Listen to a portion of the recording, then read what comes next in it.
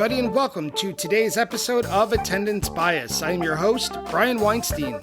Today's guest, Cris Coey, chose to speak about Phish's show at the Rupp Arena in Lexington, Kentucky from November 7th, 1996. It's a show you've probably heard of before. It's famous in Phish history for mostly one reason: the long, multi-faceted version of Bathtub Gin that is jammed out in the middle of the four-song second set. It has been released twice on soundboard by LivePhish, and for good reason. Widely known as the Rupp Gin, the jam perfectly encapsulates everything that was great about Phish in 1996. There are innumerable great Phish jams, but this one gets a specific name based on its location. Yeah, it's one of those jams. However, this episode is not just about that Bathtub Gin. As Cris and I discuss, Phish had a lot to offer in 1996. They embraced their newfound dominance in arenas and large-scale venues coast to coast. They were pretty much done with theaters and the occasional arena. With Billy Breathes demonstrating their maturing songwriting skills and their expertise in the studio, as well as having conquered the abstract rock madness of 1995, Phish had one foot in the past and then one in the future because they had yet to destroy America. Although the Bathtub Gin is the centerpiece of the show, there's much more to it.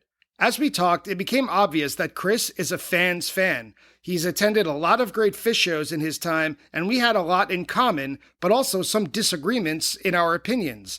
It really was a pleasure to hear some new points of view when I took my opinions for granted, but I don't want to get ahead of myself.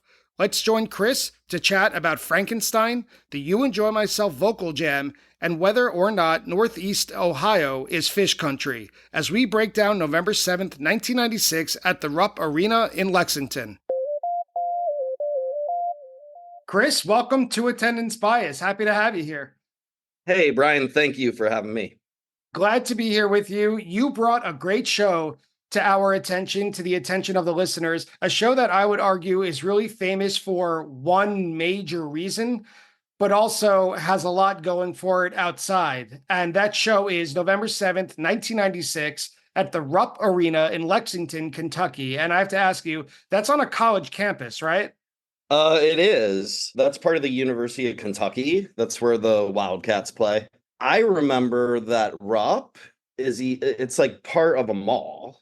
Huh. I remember, or like the mall is part of it, or it's part of the mall, whatever.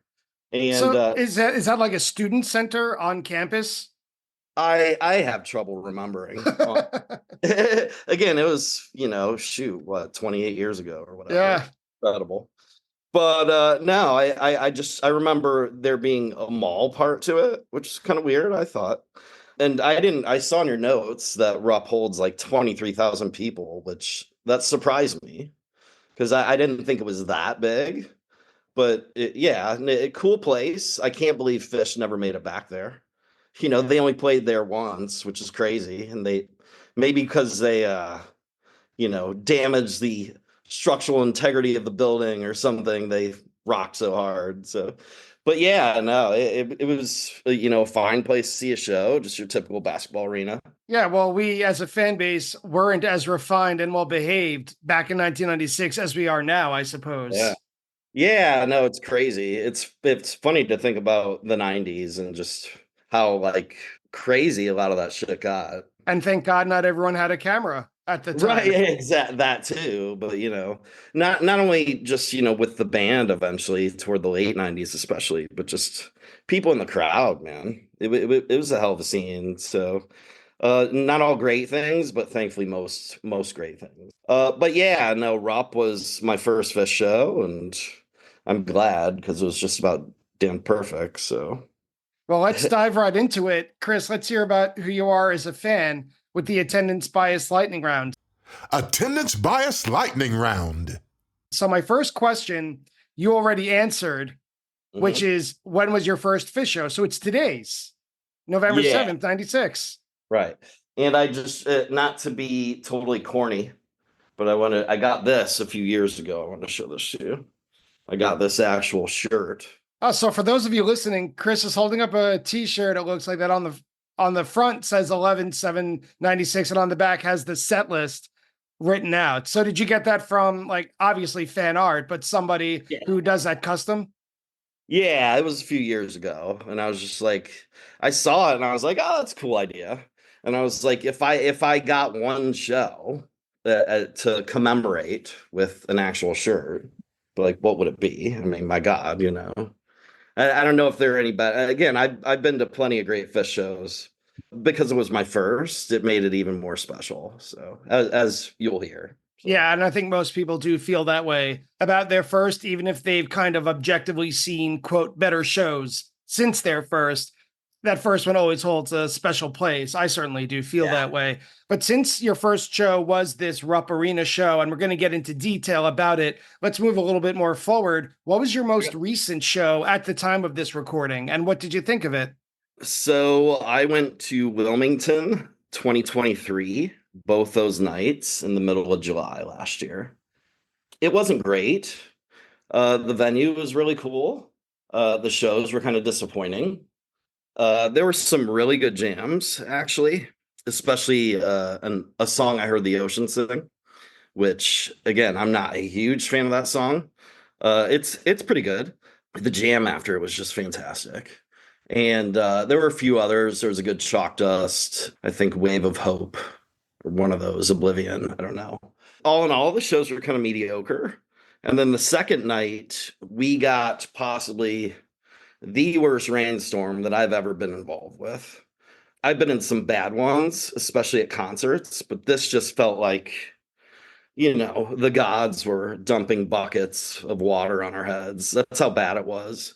Again, the venue, which I don't think Phish had ever played there, but the venue is really cool. It's like on like part of a bay, a lot of great, things around it, but it's very flat and it's just very open.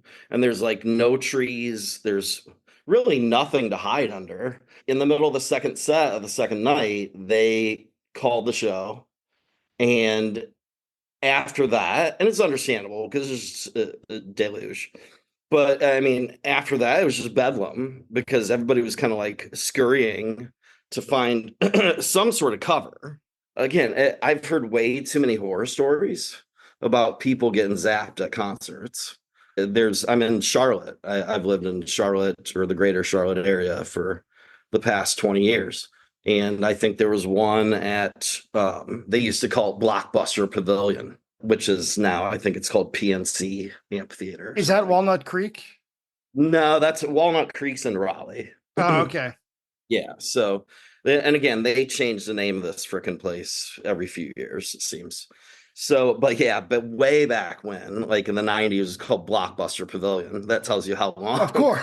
It's kind of funny. But yeah, I remember hearing about somebody getting struck by lightning there, and it's just, you got it in the back of your mind. And then once the show ends, it's just like every, person for themselves.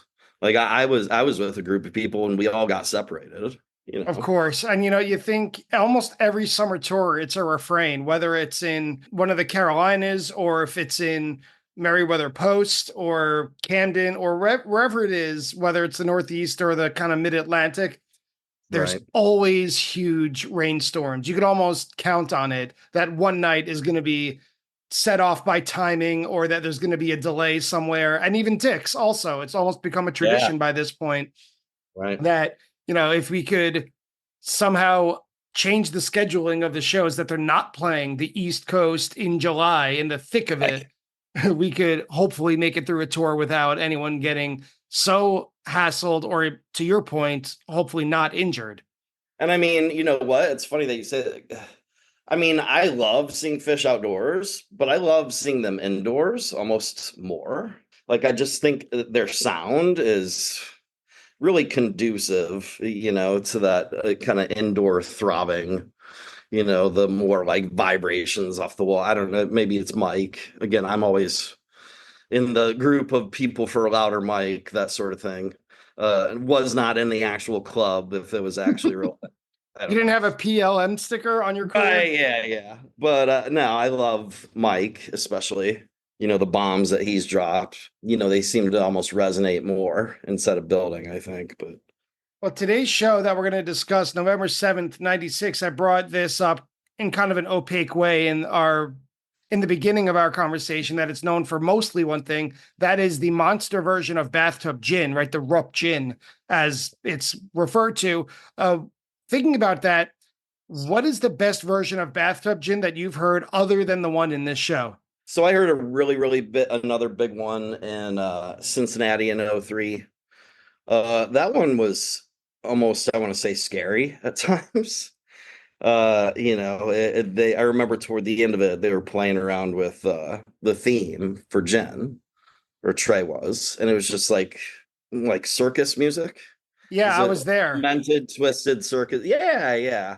I And remember that, the exact part you're talking about, like yeah, yeah. It was there, but it was off. There was something wrong with it, like a Oh yeah. funhouse mirror of it. That really mind fucked me at the time. Those two Cincinnati shows were a lot of fun, though. Oh, sure. And then I was lucky enough to see the Auburn Hills show in '97, which was phenomenal. But they played a really good gin. The intro on it is awesome. Paige just is like a madman. And then, but the segue into foam is just incredible. It is one of the best segues I've ever heard. And then I saw a gin again in '03, this time in Charlotte, which 7/25/03 is actually a pretty good show. It was a lot of fun. I think it's mostly type 1, but it was a lot of fun at the time, I remember. And just people were really getting into it. So again, that's part of it. It was just, the crowd swells and all this stuff, Yeah, and 2003 was just a good year for Bathtub Gin in general. Right, yeah, I agree. They played another good one too in Inglewood that year. It was like one of the first shows. Yeah, yep. Yeah. Next question. There are two types of people in this Phish world. Where do you land on the You Enjoy Myself vocal jam? So I remember hearing the vocal jam the first time, again, when I was getting into the band, which we'll get into in a moment. But I was floored the first time I heard it, honestly. And the fact that they were doing it live, especially.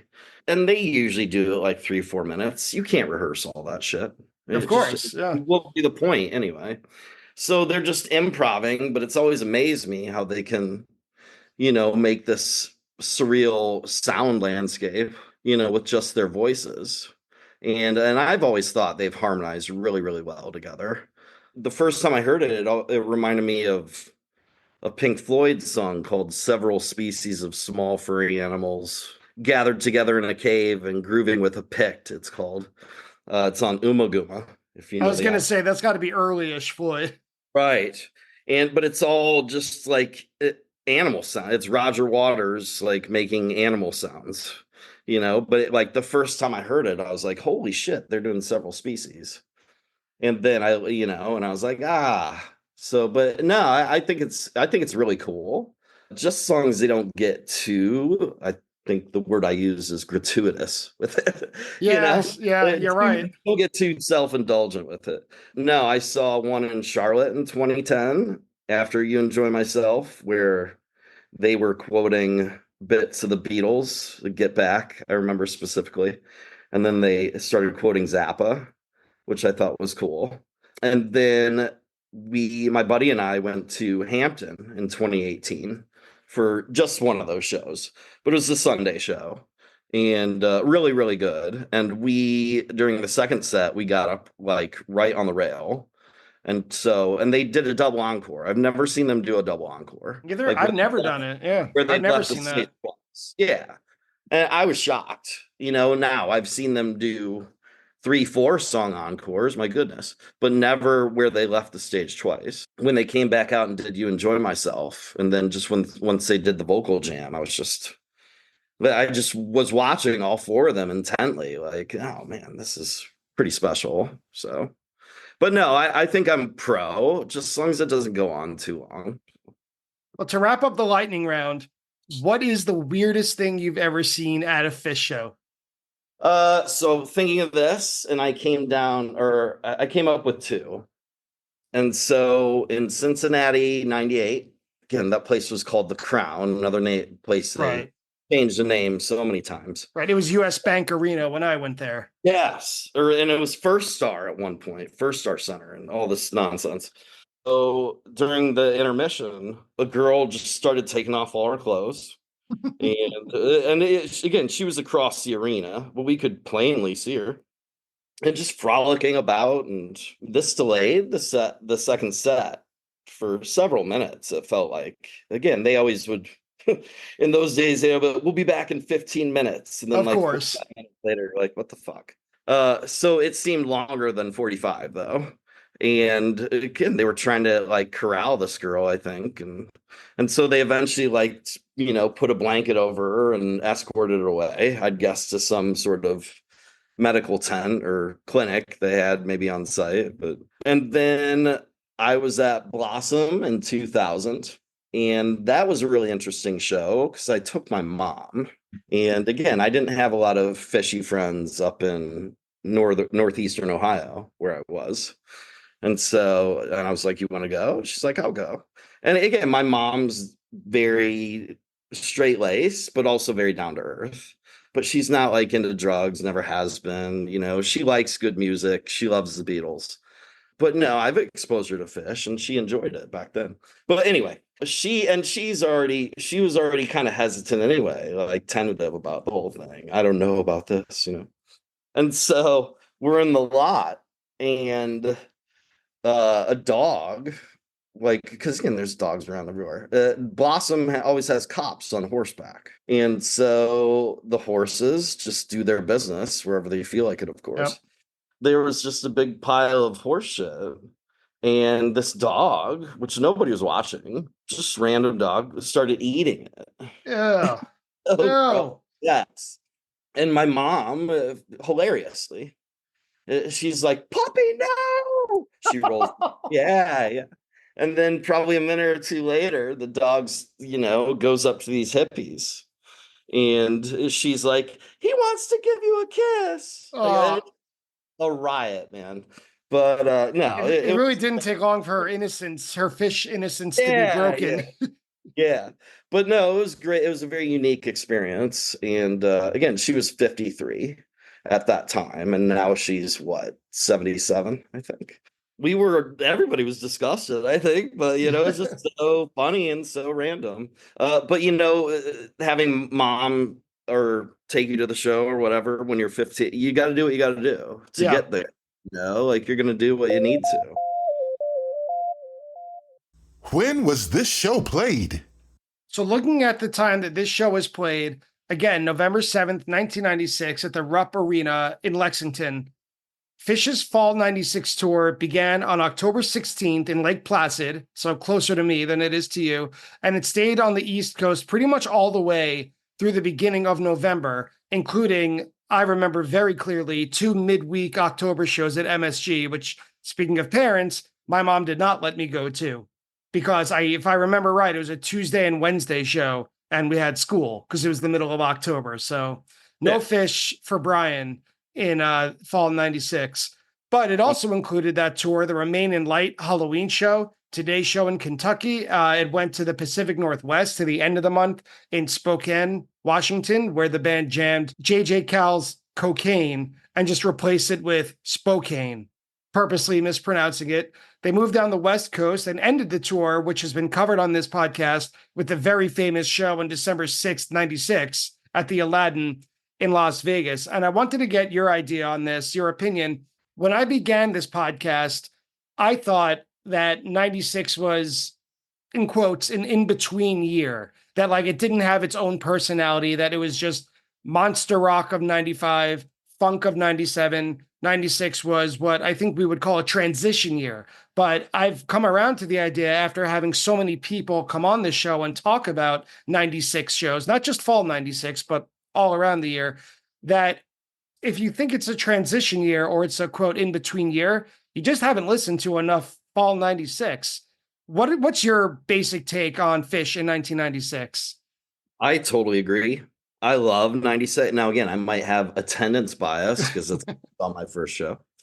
But no, I love 96. Again, it gets a bad rap because of what you just described.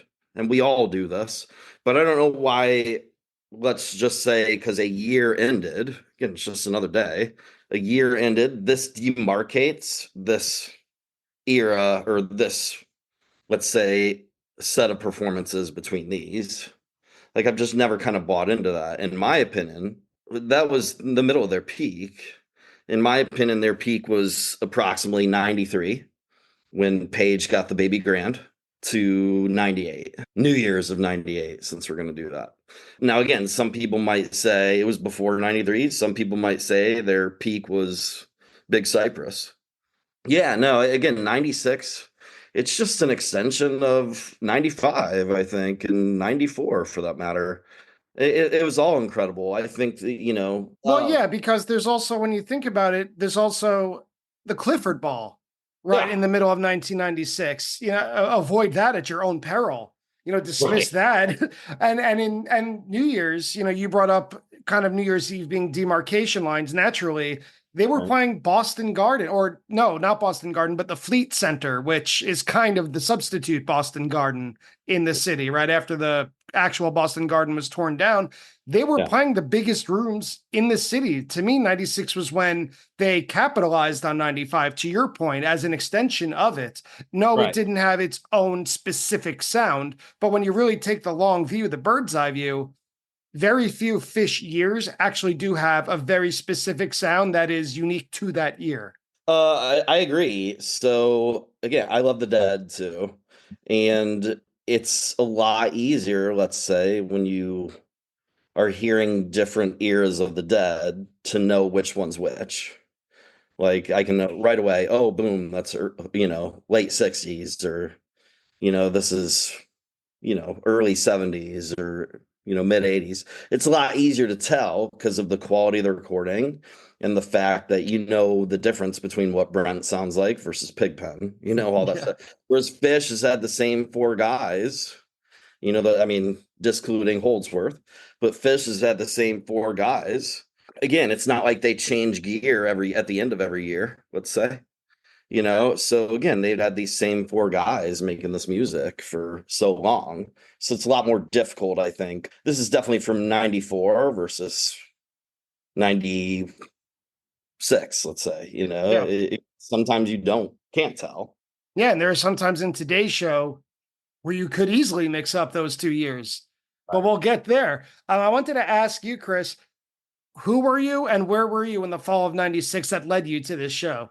Well, briefly, I'm a middle school teacher, so you and I have that in common alone. I've been doing that for nearly 20 years. Again, from northeastern Ohio originally, and I've lived in the greater Charlotte area for my whole teaching career since I moved down. Getting into Phish for me was a really slow, organic process. Again, up there in Ohio, it's not like there were a lot of like Phish fans there. Phish was still really new in the mid 90s or early 90s especially. And not a ton of people knew who they were. And it's not like they had hits played on the radio or anything like that. And I only had one friend who was kind of sort of into them at the time. And I remember he played me the studio version of Poor Heart. And I mean, at the time, I wasn't into bluegrass or silliness in my music. So it was useless to me. Then that was about 93, 94, or somewhere around there. And then fast forward to the summer of 95. And I was working at a record exchange, which I don't even know if those places exist anymore. I'm sure They don't, but most people listening to this podcast have probably been to one. Right, yeah. It was one of the best places I've ever worked, honestly. It was a lot of fun. And when we worked, we could put a CD in the 5-disc changer. So my boss at the time, he was a huge music fan and he really liked the album Rift. So he'd always play that.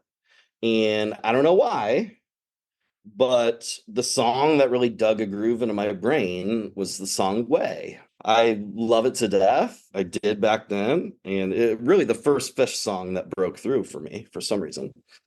And then after that, I went to college. And that's when I went to the University of Cincinnati. And that's when it kind of like really took off for me because I was like, oh my God, all these people are into this band. So like, man, I've got to listen to more than just this song. And Right. So yeah, I met a guy who had a bunch of tapes, and I'd always bug him to play Way. But he introduced me to some other songs. I was just thinking the other night, another really strange one that caught my attention immediately that I fell in love with is Spock's Brain. And again, talk about a polarizing song. Yeah, and But a no, rarity, no less, right, between yeah. Way and Spock's Brain. Good luck. Yeah. Again, I guess that makes me a real weirdo, but which is fine.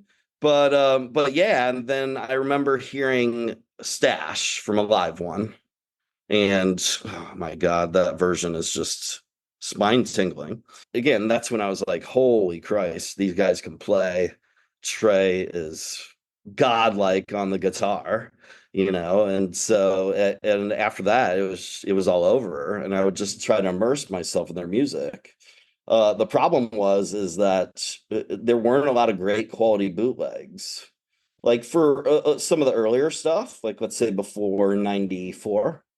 They were better, but like all the like shows that were happening, recently around that time, we weren't getting a lot of great recordings, which was frustrating.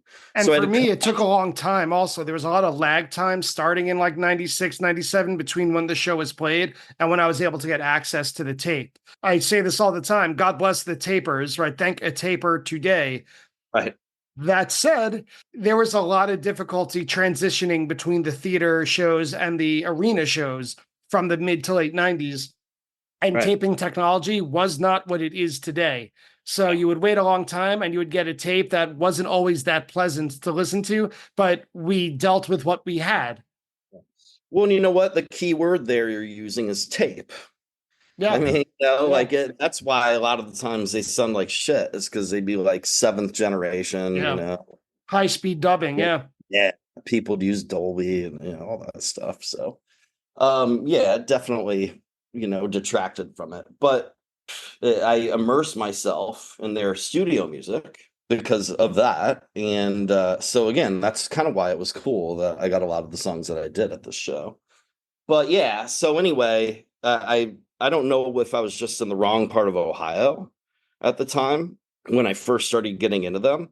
And I'll say another thing. They ignored Cincinnati quite a bit. And I saw you had a attendance bias about the music hall show on 6/21/94 in Cincinnati. Mm-hmm. Yep. The Cincinnati Music Hall. Yeah. Yeah. And so they did not play Cincinnati between that show, the music hall show, to The Crown, where the naked girl was, in 98. And so they had a good 4-year gap where they just ignored Cincinnati, which we thought was odd. My friends and I are in college. We were writing them. We'd write Phish, their fan mail thing, whatever, Donny Extravice or whatever, and beg them to come back to Cincinnati. So they finally did, which was cool. We like to think we're partly responsible for that. Yeah. No one's told you otherwise. You can't prove that you weren't. Right, exactly. But no, I remember the day of the show. My buddy Big Scott came through the door, and he's, woohoo, let's go, let's get. And they were still teasing me for being a Phish virgin, was the term that they use, because I still had not seen them yet. And then I think on the way to the show, I asked one of my friends, "Do you think they'll play Way?" Sounding like a total noob. And he was like, "Good luck, dude. They play it like once a year." I was just happy to be seeing them. I didn't really care. Set 1. Set 1 begins with Choctaws Torture. It was the perfect show opener. Always has been, always will be. Plenty of energy. And we talked, or you mentioned actually earlier, the size of the of Rupp Arena. I think it's something like 23,000, and Phish.com says that not the capacity, but the paid attendance was somewhere around half of that, around 12,000. So I listened to the audience recording of this. It's wonderful. It's a really well mixed recording, even though Phish.com or Phish, the Phish Inc. did release this as a full download soundboard recording. But on the audience recording, you can hear the emptiness, that there's a lot of space in the air in this arena. So during Choctaws Torture, there's plenty of energy, and it's also very steady in terms of tempo, and Phish's snare drum, you could almost hear the echo.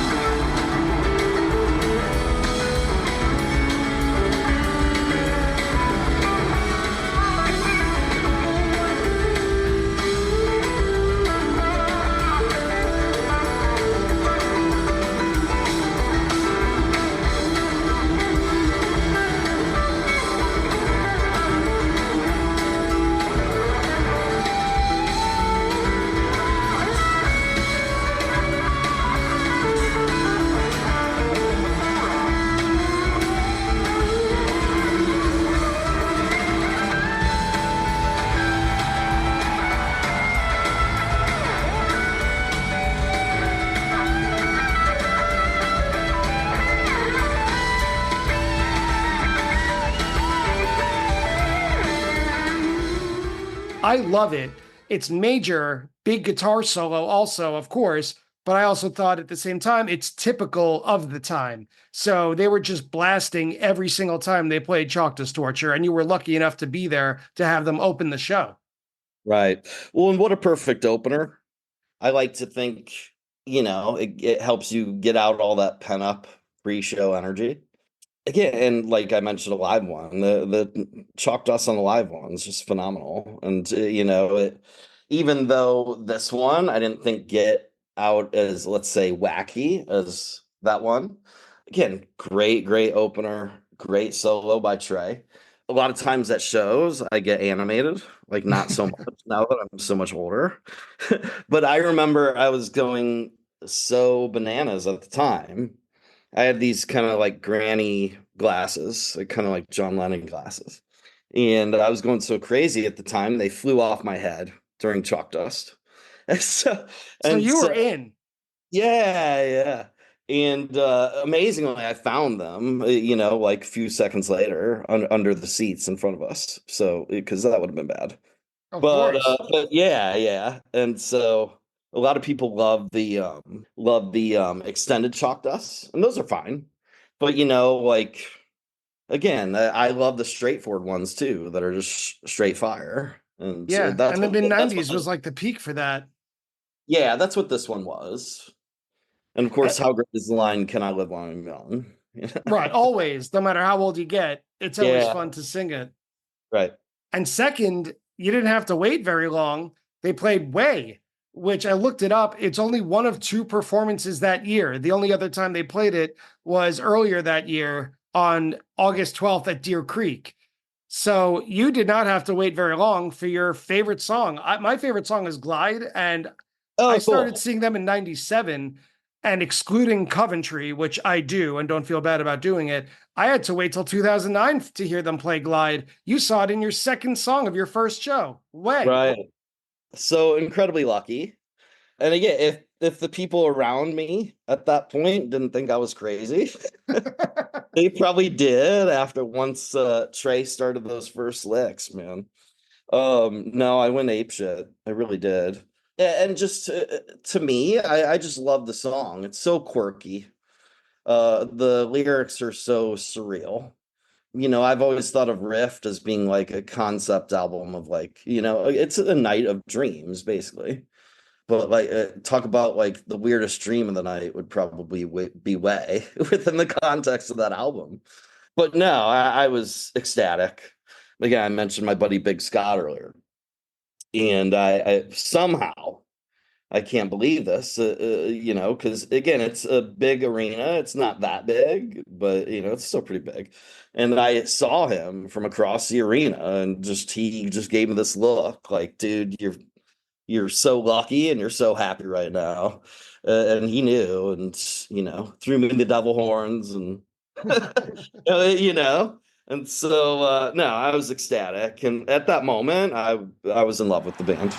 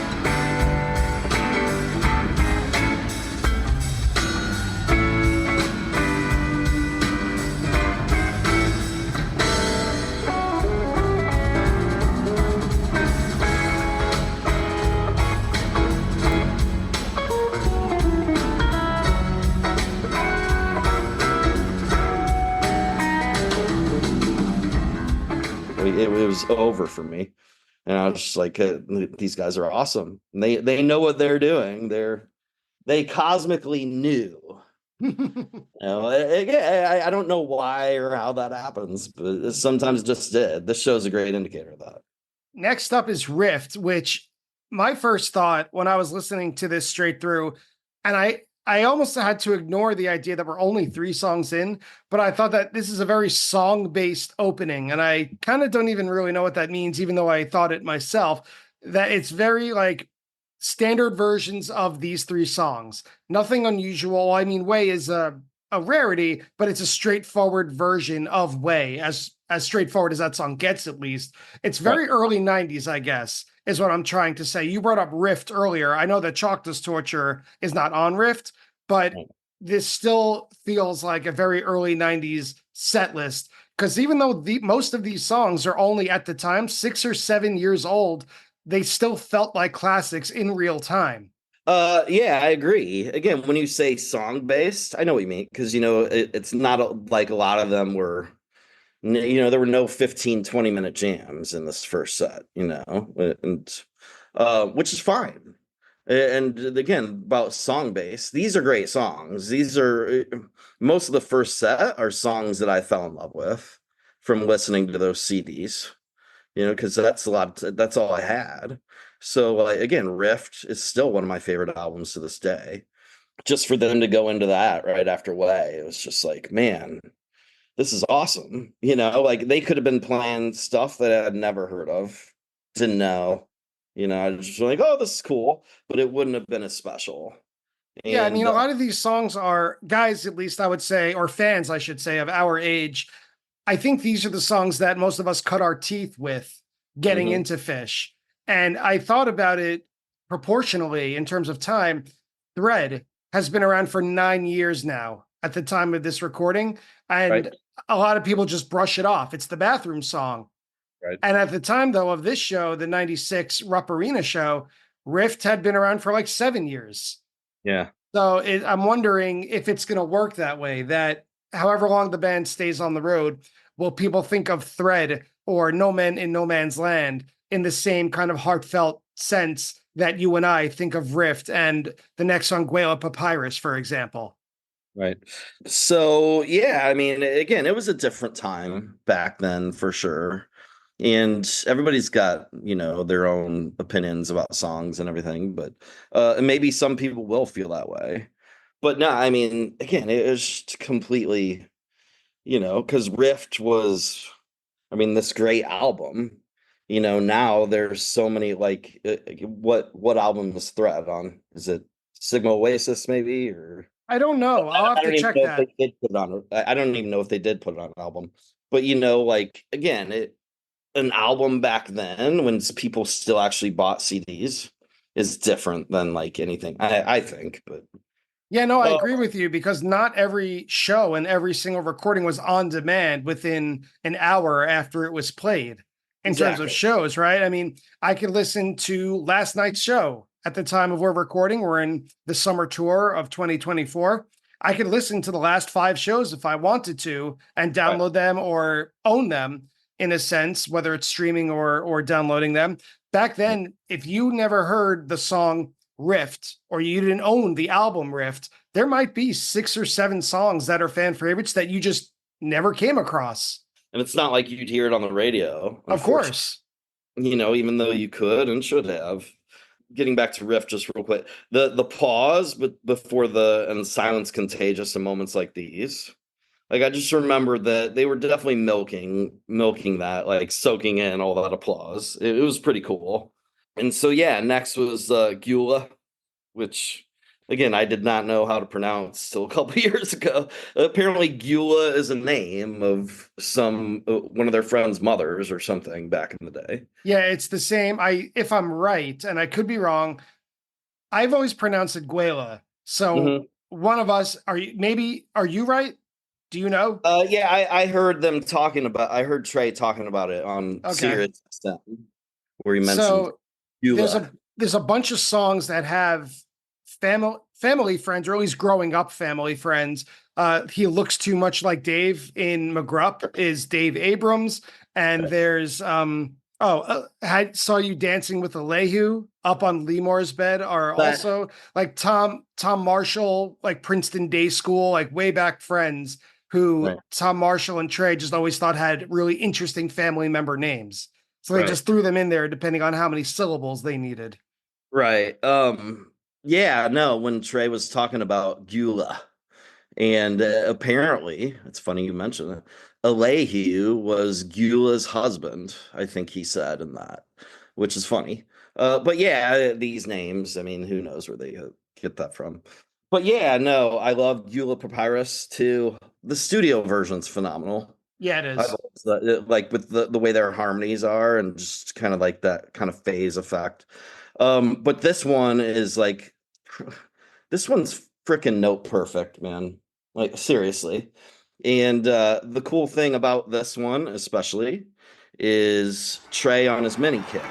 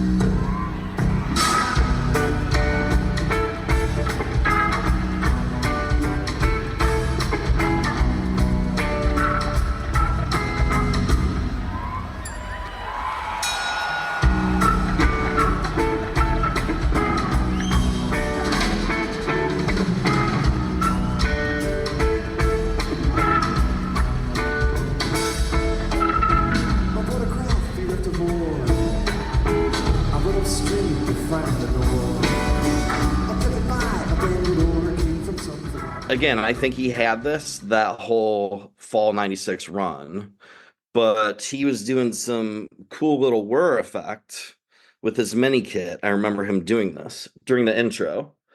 And I don't even know how I'd describe the sound. Like a like it's very strange. I always thought it was a Leslie speaker. I could be wrong though. I don't really know much about tech or about speakers or anything like that or gear.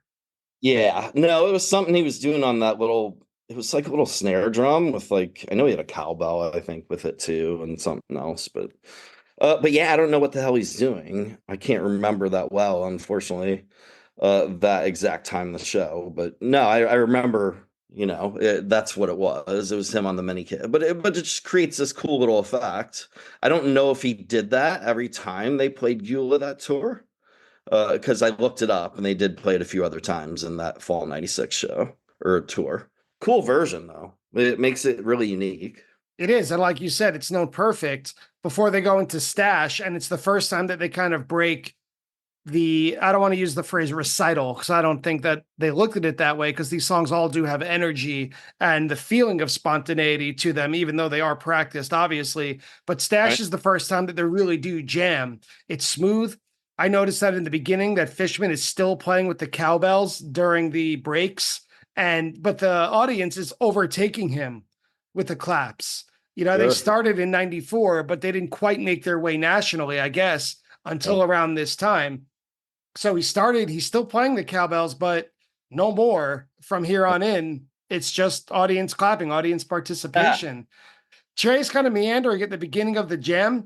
Mike is all the way up in the register. And I just thought, and this would become a recurring theme of the jams in this show, that they all came together and played this great layer of sound at about 8.5 minutes, which is nowhere near Cowfunk. It was closer, at least in my opinion, to the madness of 1995, where they would kind of get abstract and push the audience. Like it was definitely a band in transition, but they weren't quite on either side.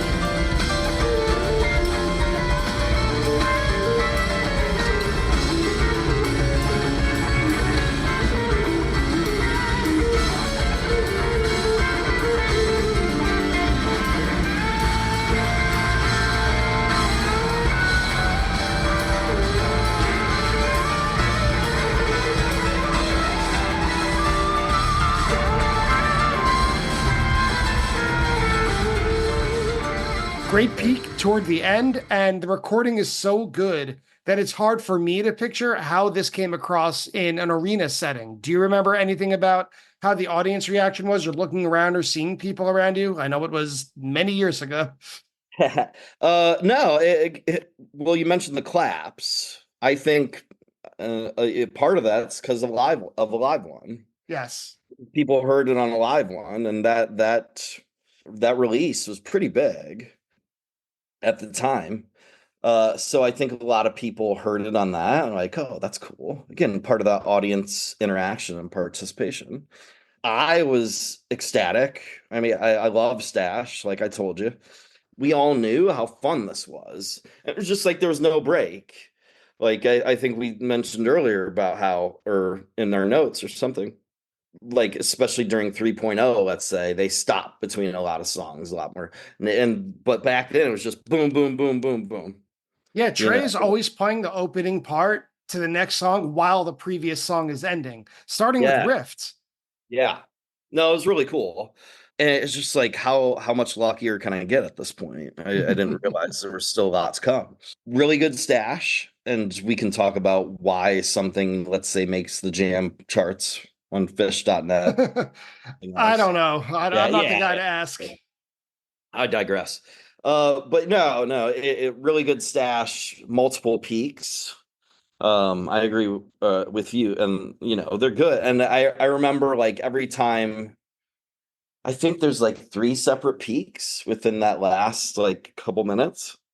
Every time it's just like the crowd just just gets so amped and excited, and it's infectious, and I had seen the Grateful Dead, and that was the only other band. My first Dead show was 93, and that was the only other time I'd ever been to a concert where there was all this crowd interaction with the band, and like, oh, I'm gonna cheer during this line, and I just thought that was so neat.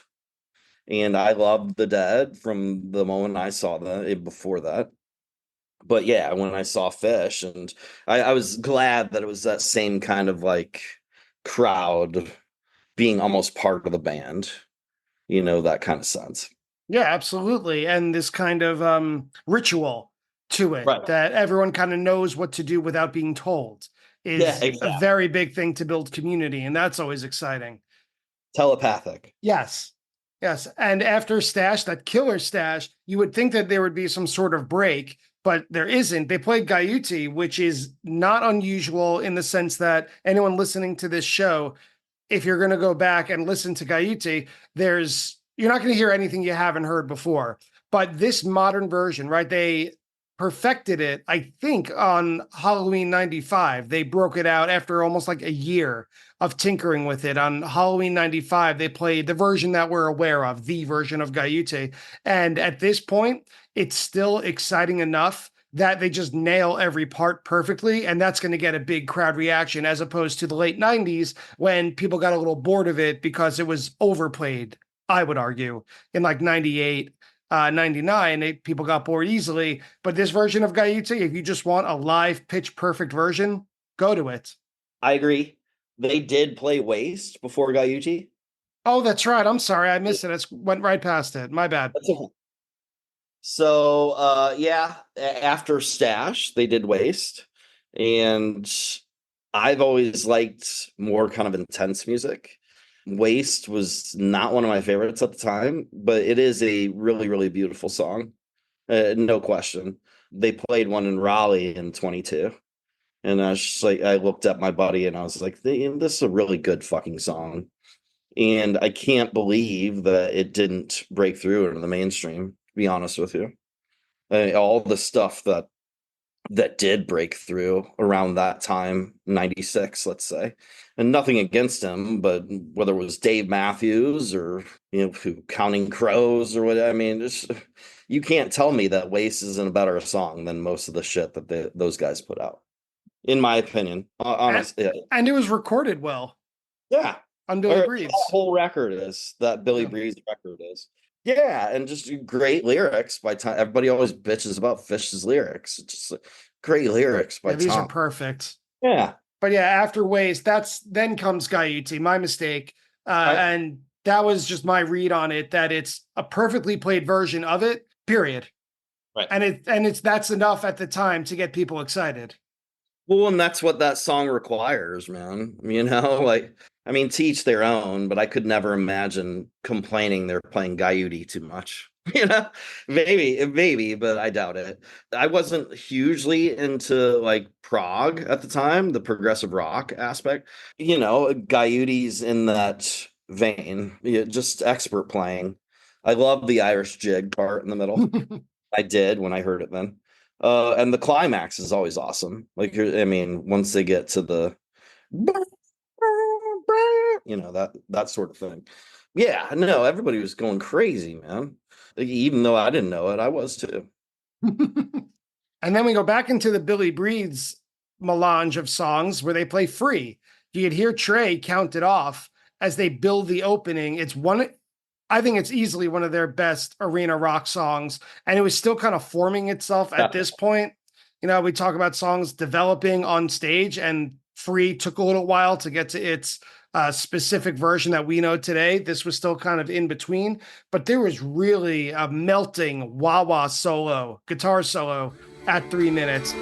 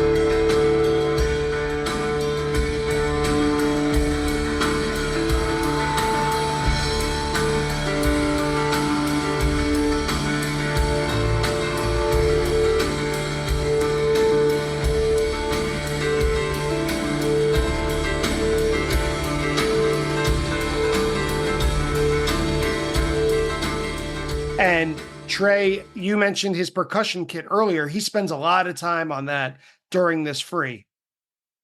Yeah. So again, new Free at the time. I liked it. Definitely one of their better like arena rockers for sure. When I went back and listened to this, I was just amazed. Like I don't quite remember that. So like the way he does that kind of oscillating vortex thing, I'd call it, you know, the back and forth in the middle of the jam. It's really cool. It's really neat, I think, to go back and listen to a lot of the earlier versions of Free, because they do have some weird stuff going on that, you know, I think a lot of us forgot about.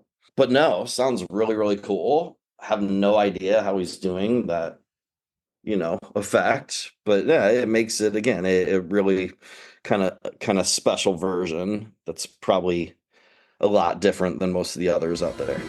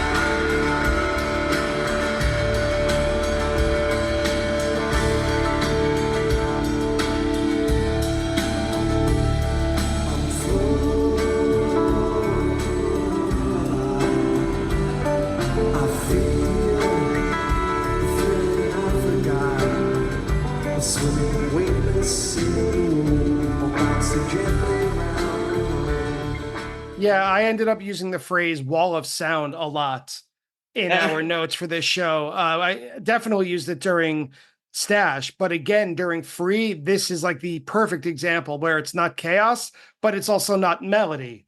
It's somewhere in between, and it does come back to the normal coda to end the song Free. So I think they're starting to like barbarians at the gate, like starting to tap onto the limits of this song and break those limits. So this is a really good version. I agree with you. Before they mellow things out with one of my favorite songs ever with Tila. Mm-hmm. And it's a perfect version as it tends to be.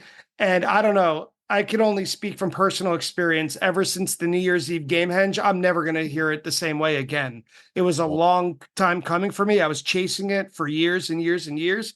So to hear a classic version here is just, I don't know, it's the whipped cream on top.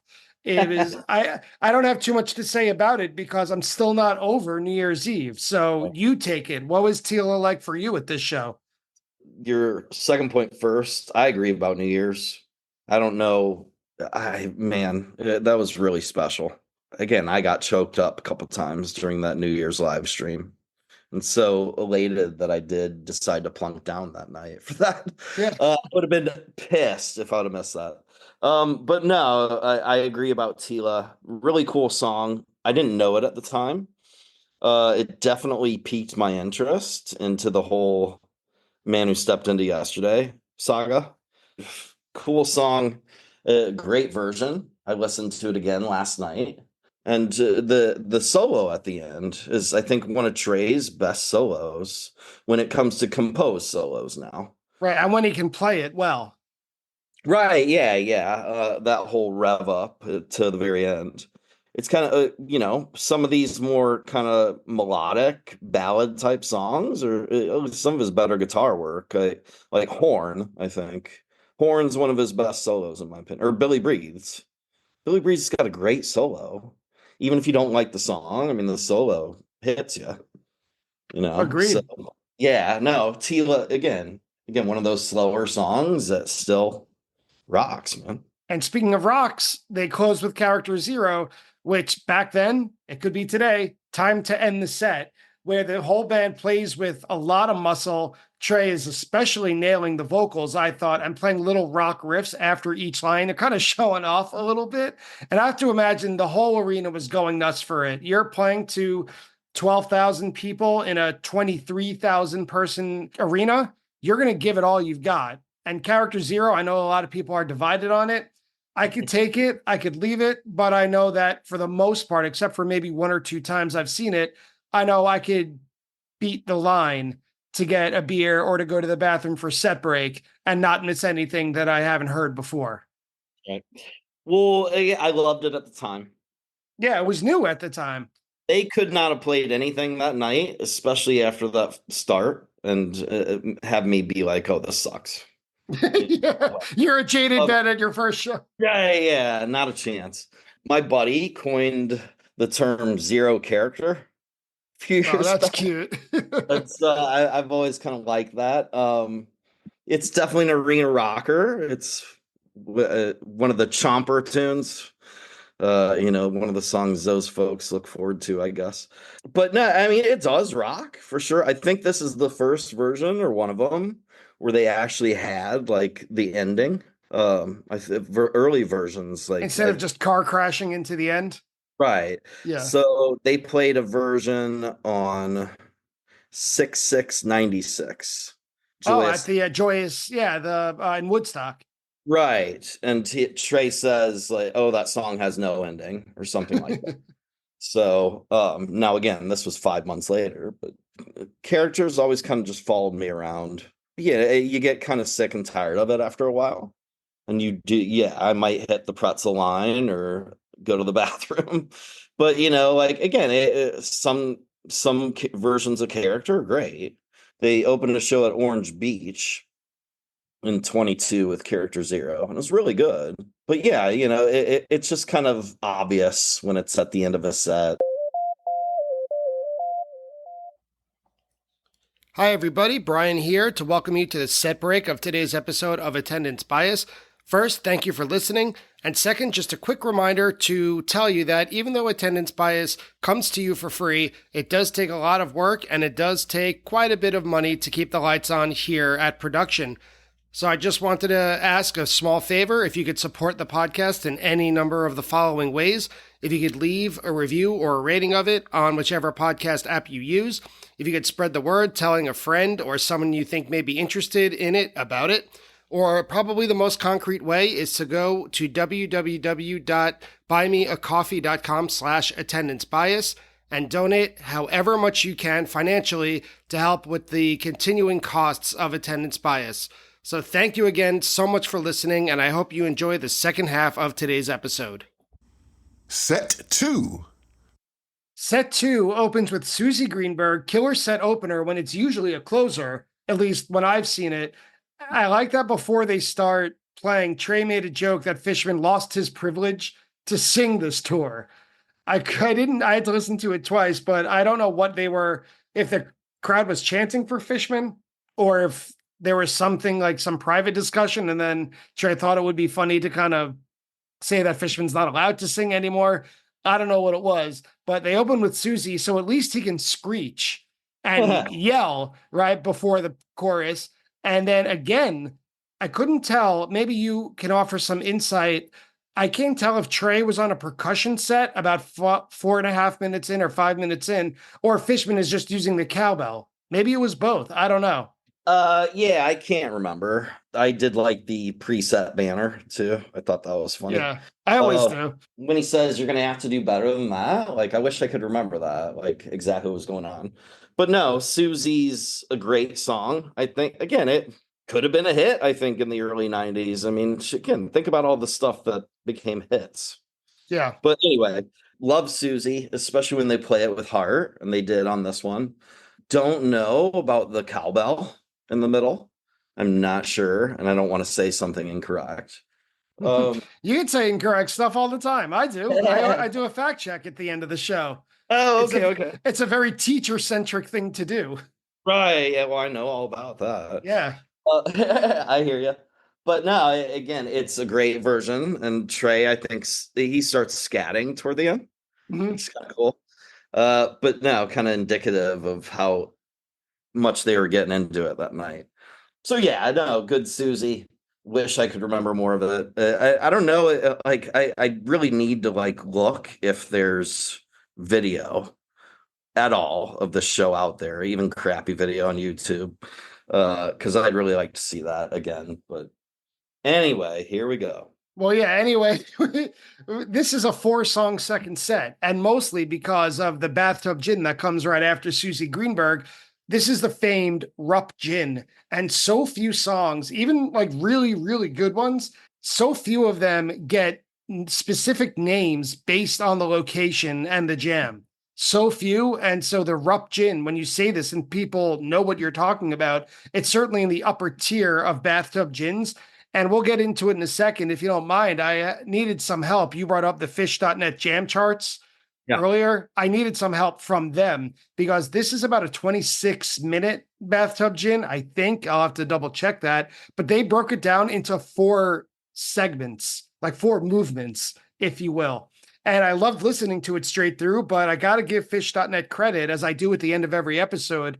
They really helped put this extensive jam into context for me and made it easier to, like a little kid, break down their dinner into little pieces so they can eat it and enjoy it. So yeah, I'm a 4-year-old at a high chair eating my dinner made up of the Bathtub Gin from this show. Well, it might not be for everybody, man. You know, like again, it makes sense. You don't want to try to learn to swim by just somebody throwing you in the water, for God's sakes. Yeah, that's true. Good, well right, put. yeah. But no, and those guys at Phish.net, they do a great job.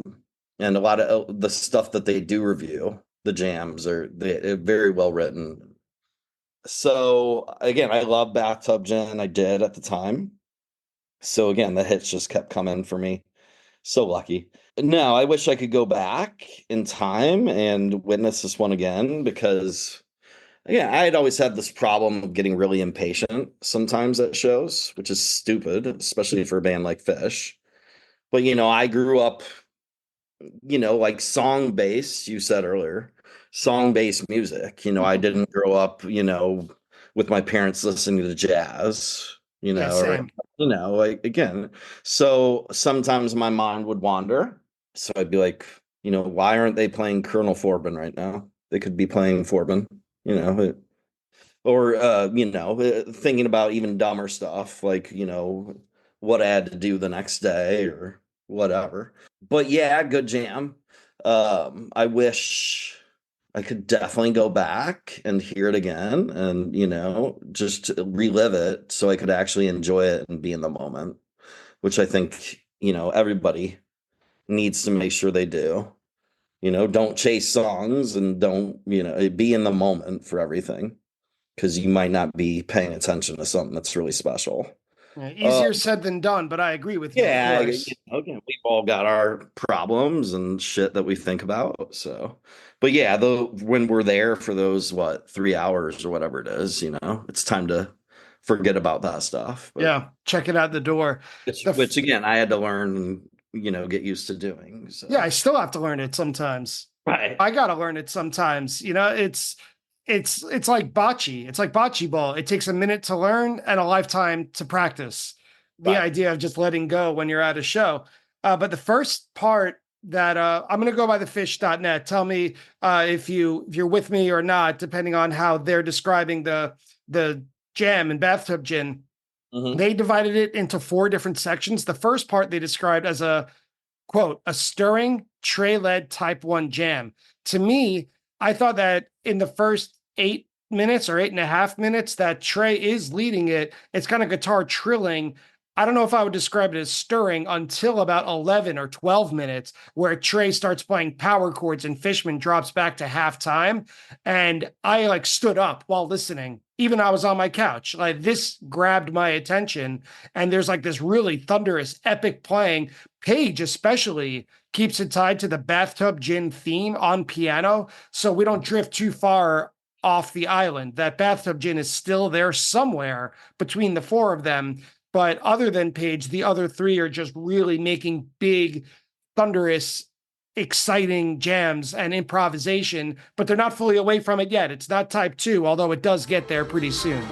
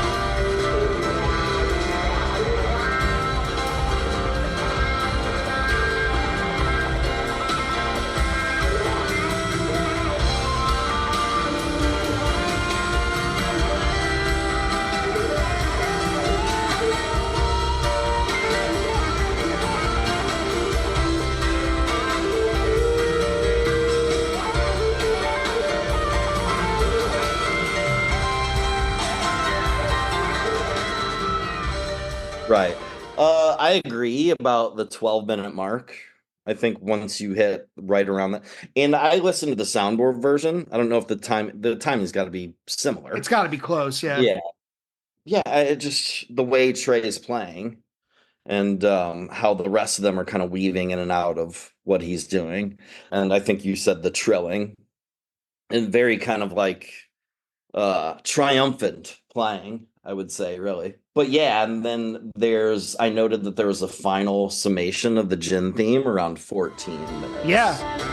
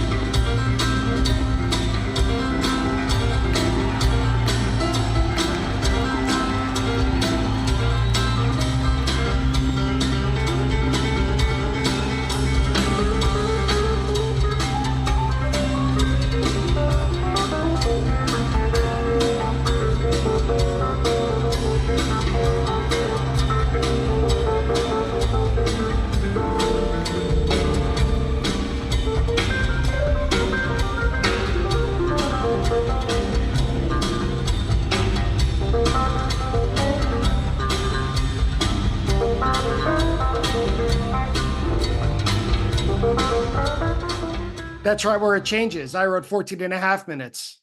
Well, and that's almost like they turn the switch and then they go to type 2 at that point, it's almost like it could be itself just labeled a jam. I mean, of course, it's still gin. It probably wouldn't have happened unless they played Bathtub Gin before it, definitely. Of course. Yeah, but it's very definitely kind of like, all right, we're going to jam the fuck out now. And they do, with Page especially leading the way. This is very heavy on synthesizer, the Moog.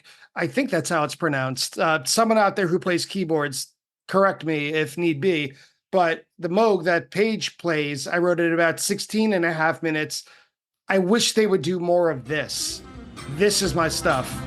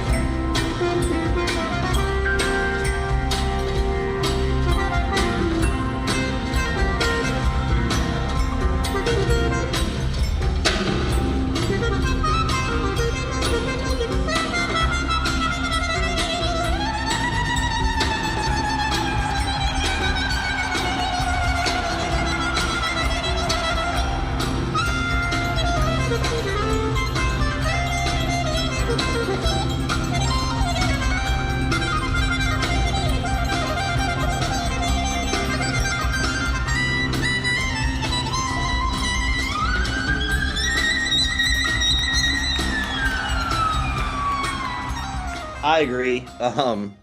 Really cool sounding, man. Again, I wish they would do more of it too. I don't know why they wouldn't, but I noted that there was like a real discernible 2001-esque groove once they hit that around 14-minute mark, and then you can hear Trey go back to the mini kit around 15 minutes, and I agree about Page's synth, though. It just really neat stuff. So it gave me really Herbie Hancock vibes. Yeah. Yeah. Very creative. Yeah. No, again, I don't hear Page doing a lot of stuff like that. I love all his toys, but I can't remember when he's used that one a whole lot, man. Yeah. He's very selective about it, I guess. Yeah. And he doesn't use it for very long in this jam, right? Because just like 2.5 or 3 minutes later, we're in another kind of Trey heavy rock. I'm talking about 19 or 21 minutes, something that I would expect more in like 95, like a Tweezer reprise jam within this with a little bit extra mustard is how I described it.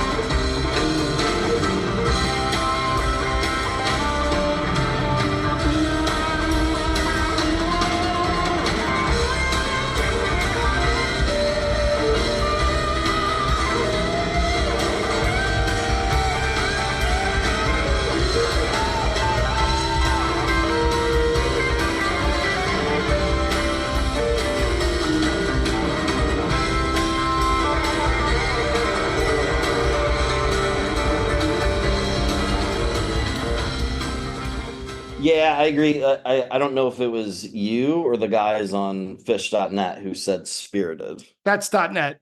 Yeah, I'd say that's the perfect word for it. And again, we mentioned Rockstar Trey earlier. It's not like he's like wrapping it up around 22 minutes, and you could tell he's really feeling it, and can probably looking up at the lights and doing the facial gestures that he does when he's really feeling it. Yeah, we all know him. And then we're Right. at the fourth and last segment that is that is described by .net as, quote, an unusual closing section. I thought it sounded like Aliens. Yeah. And then it turns into gibberish by the very, very end. It ends in like a slow and simple Fishman drum beat. So Right. we've been everywhere within this Bathtub Gin. It's one of the best ever. Yeah. I think Alien Sounds is also a perfect describer.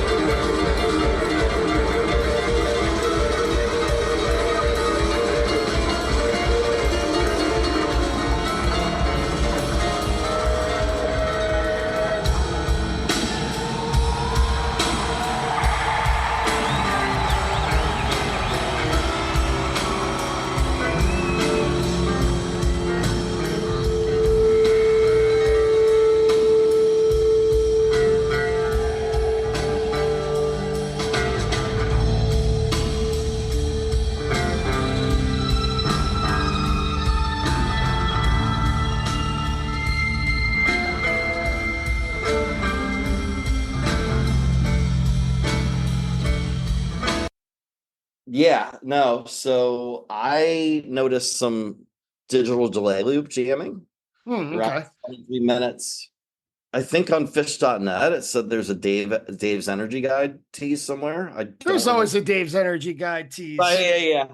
I don't remember hearing it, but I'll have to give me an excuse to listen to it again. Some momentary ambience until there's like this chaotic, galloping sort of meltdown jam. Again, that's where I think the alien sounds are coming in.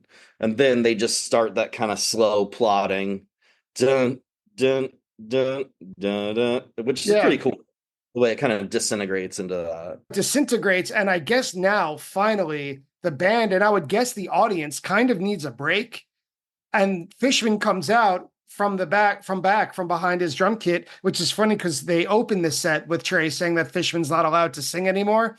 And Fishman does come out and he says, quote, "You brought me out of the penalty box. Thanks very much." And they play, obviously, Hold Your Head Up. And then but really, they sing Bike, the Syd Barrett song. So this is one that's become a rarity over the years. For most of the time, it was Love You, as I remember when Fishman sang in the second half of the 90s, mostly Love You. So to hear Bike, that's something, I know you name-checked Pink Floyd before when you described the You Enjoy Myself vocal jam. This must have been extra special for you. You're getting way, you must be freaking out. Yeah, oh yeah. I was like a pig in shit, man. To be quite honest. So yeah, even though it was a tongue-in-cheek version of Bike, like it's just a perfect because Pink Floyd's without a doubt my favorite band of all time. And so to hear, especially something like that, Bike's a rare song in the Floyd catalog, really. It's not like they came out and played Money. Right, right. Oh, that would have been awesome, but yeah, so no, I thought it was cool. And again, there was back then, especially, there was something about Phish's lore and mystique, like with how crazy they were and stories especially Fishman, and like again, when people hear I'm into Phish, like one of the first questions I always get, doesn't their drummer wear a dress? Always. Why? I'm just like, well, it's a long story, but like to see him clowning around and run around the stage when he was done and all that stuff, and again, that's part of Phish lore, and so I really appreciated being able to get to see part of that it manifests itself right there. Yeah, and it's part of showmanship. Exactly. And like I said in my notes, if they had played Cracklin' Rosie, I wouldn't have cared. But the fact that they played Bike, I would have still liked to have seen that, especially Fishman clowning around. But the fact they played Bike, I was just like, almost like being punked. My God. Yeah. Did they consult with one of my friends and figure out what Cris Coey would want to hear? My goodness. It's like, Trey's looking at me. Everyone in the front row says, Trey's looking at me. Yeah.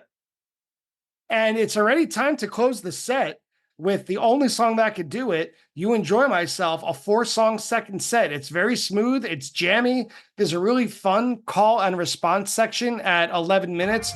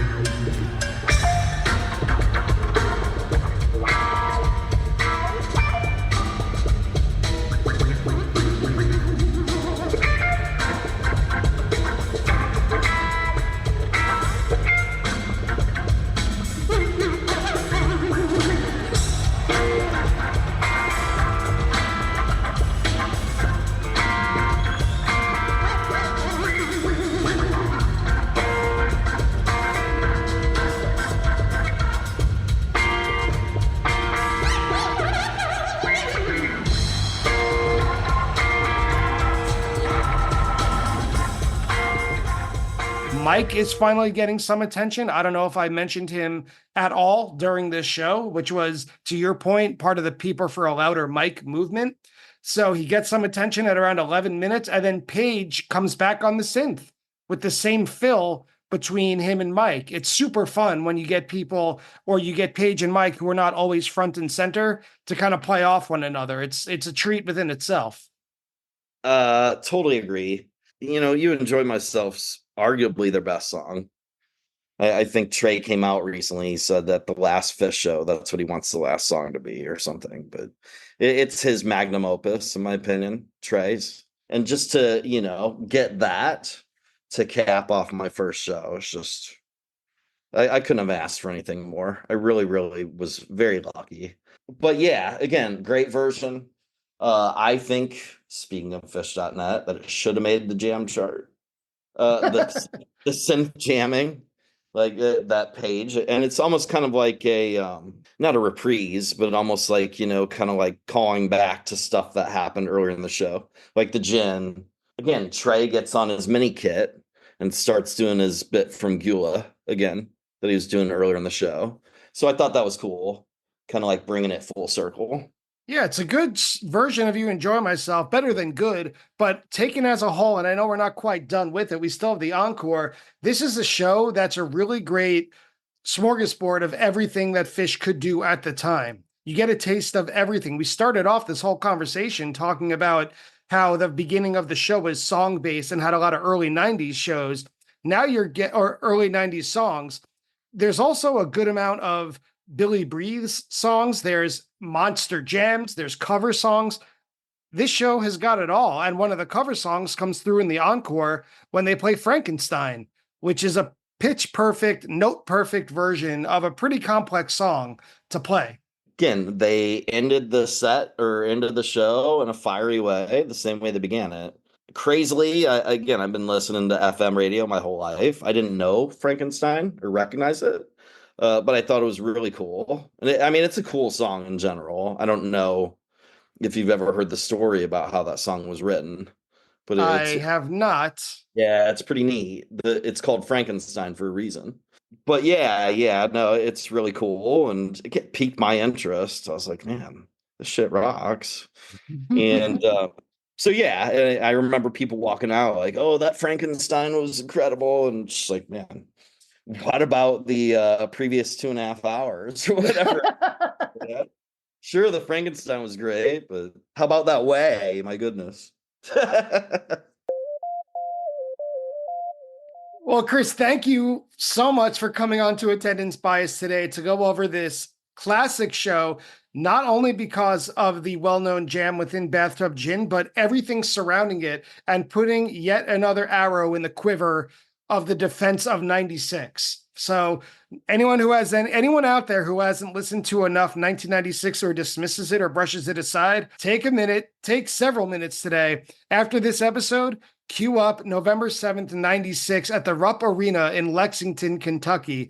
Cris, thanks so much for coming on and giving us a first-person story and view of what it was like to be there. Thank you very much, Brian. Let's talk again. And that's it for today's episode with Cris Coey. And as I said earlier in the introduction, and as you could tell during our conversation, Cris really is a fan's fan. We were all over the place, just name-dropping shows and references everywhere. So naturally, we need to make sure we got everything correct with today's Attendance Bias Fact Check. Attendance Bias Fact Check. Cris mentions that Rupp Arena may or may not be a part of a mall. It is currently called the Rupp Arena at Central Bank Center, and it's described as, quote, the centerpiece of a convention center and shopping facility. We also talked about the capacity of Rupp Arena. At the time of this Phish show, the capacity was 23,500, but the arena was renovated in 2019, and the capacity is currently listed as 20,545 for basketball games. The two Wilmington shows that Cris attended that he describes as, quote, kind of disappointing and mediocre, with a monstrous rainstorm on the second night, were on Tuesday and Wednesday, July 18th and 19th, 2023. The other great versions of Bathtub Gin that Cris mentions were played on December 6th, 1997 at the Palace at Auburn Hills, February 22nd, 2003 at the Crown in Cincinnati, and on July 25th, 2003 at the Verizon Wireless Amphitheater. The Sunday night Hampton show that Cris attended in 2018 with the double encore was on October 21st, 2018. The first encore was More, and then the band went offstage and came back to close the whole show with You Enjoy Myself. The episode of Attendance Bias that Cris mentions about the Cincinnati Music Hall was with guest Kev Hollow. The date of that show was June 21st, 1994. And finally, the song Thread was recorded for and does appear on Sigma Oasis. And that's it for today's episode of Attendance Bias. I'd like to thank Cris Coey for joining me today, Phish.net for providing the information we needed for the fact check, the Mockingbird Foundation for everything they do to help with music education for children, and Phish.in for the great sounding recording used for today's show. If you enjoy Attendance Bias, please support the show. You can leave a rating and a review of it on your favorite podcast app, or you could go to www.buymeacoffee.com/attendancebias and donate everything you can. Thank you again so much for listening, and I'll see you next time on Attendance Bias.